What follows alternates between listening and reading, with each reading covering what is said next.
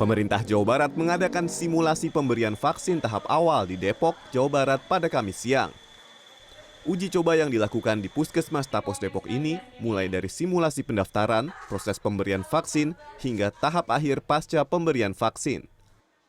Dalam simulasi, untuk satu orang membutuhkan waktu layanan minimal 45 menit, karena pasca disuntik, penerima vaksin harus menunggu 30 menit untuk antisipasi reaksi langsung.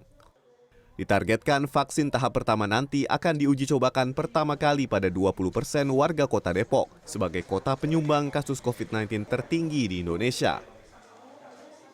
Kami tadi melakukan simulasi karena begini, kami ingin tahu pertama apakah jumlah puskesmas yang ada di Depok dan Jawa Barat ini cukup. Jangan-jangan tidak cukup. Kalau tidak cukup berarti gedung serbaguna, gor bulu tangkis, ya semua harus kita sulap menjadi tempat pemaksinan, kira-kira begitu. Sementara itu, selain tengah membuat vaksin merah putih, pemerintah juga telah memesan vaksin, diantaranya Sinovac, Sinopharm, CanSino, dan AstraZeneca. Vaksin dari luar negeri ini sedang dalam tahap uji klinis ketiga atau tahap terakhir sebelum disertifikasi oleh BPOM. Pemerintah akan menyiapkan regulasi mengenai sasaran imunisasi prioritas tahun depan.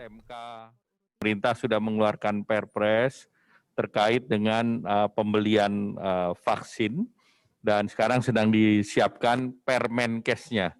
Jadi tanpa Permenkes ini metode pembeliannya perlu dibuatkan regulasi agar tepat sasaran, tepat jumlah, kemudian juga bisa mengakses kepada kelompok-kelompok prioritas yang diprioritaskan untuk mendapatkan di akhir tahun ini, kemudian juga perencanaan master plan roadmap sampai tahun 2021 dan 2022. Ya, saat ini pemerintah masih melakukan finalisasi untuk menetapkan daerah mana yang menjadi prioritas untuk mendapatkan vaksin. Selama masa tunggu finalisasi penetapan, daerah diminta untuk tidak mengeluarkan pengumuman secara sepihak. Tim Liputan CNN Indonesia.